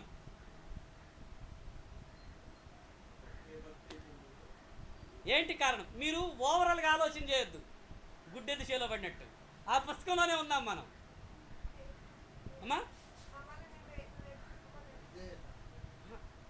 జాగ్రత్త వినండి. మా పూర్వస్థితిని నువ్వు మాకు మరలా ఇస్తావు, నిరీక్షణ చూపించాడు. దానికి హేతువేంటి? ఆ నిరీక్షణకు హేతువేంటి? విలాప వాక్యాల్లో ఉండండి, విలాప వాక్యాల్లో ఉండండి. నేను మీకు చెప్పా, 2-3 సార్లు చెప్పిన దాన్ని.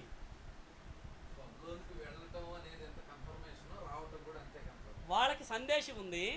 రెండవది మెయ్యినిగా 3:21-22 యెహోవా కృపగలవాడు, అనుదినము మా ఎడల నీకు వాత్సల్యత పుట్టుతుంది, కాబట్టి మేము ఇంకా బతికున్నాము, నువ్వు ఎంతైనా నమ్మదగిన, అది నిరీక్షణకు హేతు.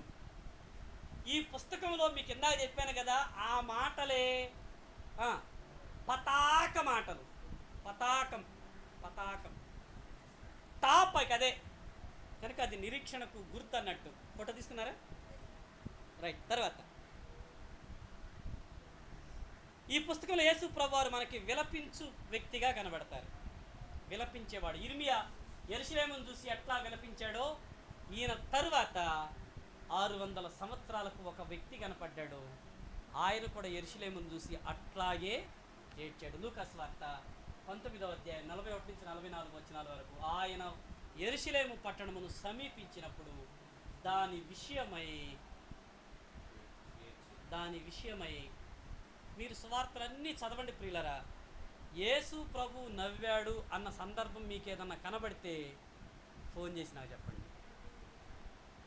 యేసు ప్రభు నవ్విన సందర్భం ఉంటే సువార్తల్లో నాకు ఫోన్ చేసి చెప్పండి. మీరు ఫోన్ కాకపోతే వచ్చే నెల వస్తాను కదా. ఈ భాగంలో యేసు ప్రభు నవ్వినట్టుంది, నవ్వాడన్నా అని చెప్తే సంతోషపడతారు. సువార్తల్లో యేసు ప్రభు నవ్వినట్టు రాయబడలేదు, ఏడ్చినట్టుంది. మీరు సంతోషించాడు కదా అనవాకండి, ఆయన సంతోషించిన సందర్భాలు ఉన్నాయి కానీ నవ్విన సందర్భాలే రాయబడలేదు. లేదు అనలేదులే కానీ రాయబడలేదు. కానీ ఏడ్చిన విషయాలు మాత్రం రాయబడ్డాయి. యెరూషలేమును చూసి ఏడ్చాడు. ఎందుకు నువ్వు ఇట్లయిపోయావు, ఎందుకు నువ్వు ఇట్లయిపోయావు? అర్థమైందా? నీవు ఈ నీ దినమందైనను. నోట్, ఈ వచనాన్ని మనం ఎస్కటాలజీలో బాగా నేర్చుకుంటాం. దానియేలు గ్రంథంలోని 70 వారాల ప్రవచనానికి ఈ వచనానికి సంబంధం ఉంది. ఈ వచనానికి 70 వారాల ప్రవచనానికి ఈ నీ దినం స్పెషల్ డే.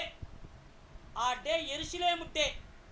ప్రత్యేకంగా దేవుని చిత్తంలో యెరూషలేముకు కేటాయించబడిన స్పెషల్ డే. అందుకే యేసుప్రభువు మాట్లాడాడు, ఈ నీ దినం, ఇది నీ దినం. నువ్వు గ్రహించలేకపోయినావు, నీకు మరుగు చేయబడ్డాయి. నువ్వు అంటే నేను తెలియజేయాలనుకుంటున్నా, నువ్వు కళ్ళు మూసుకుంటే నేనేం చేద్దు అని యేసుప్రభువు ఆ పట్టాన్ని చూసి ఏడుస్తూ వచ్చాడు. విలాప వాక్యాల్లో యేసుప్రభువు విలపించే వ్యక్తిగా మనకు కనబడతాడు.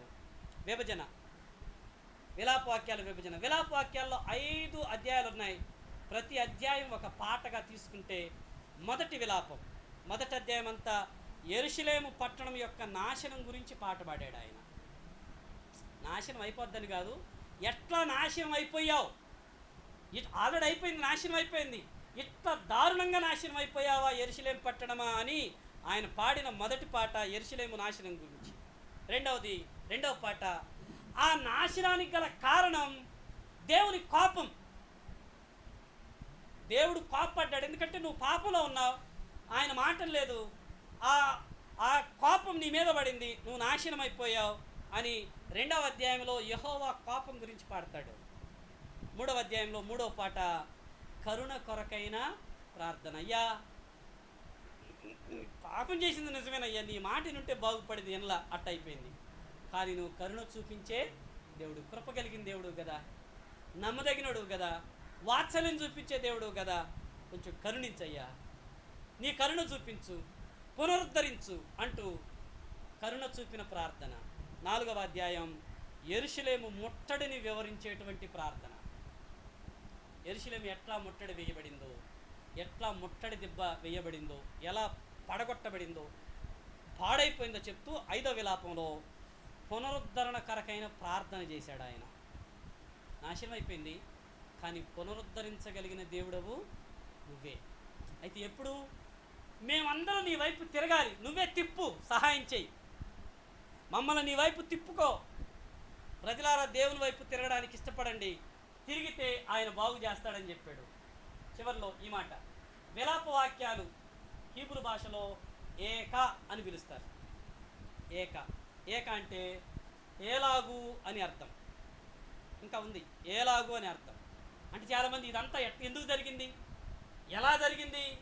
ఎలా జరిగిందంటే పాపాన్ని బట్టి జరిగింది, మాటింటే బాగుండేది కదా అన్నట్లు. తర్వాత అబీబు నెలలో 9వ రోజున యూదులు ఈ పాటను పాడతారు. అబీబు నెలలో 9వ రోజున యూదులు ఈ పాట పాడేవాళ్ళు. హెబ్రీ వర్ణమాలలోని 22 అక్షరాలను వరుసగా కలిగిన పాటలు ఇవి.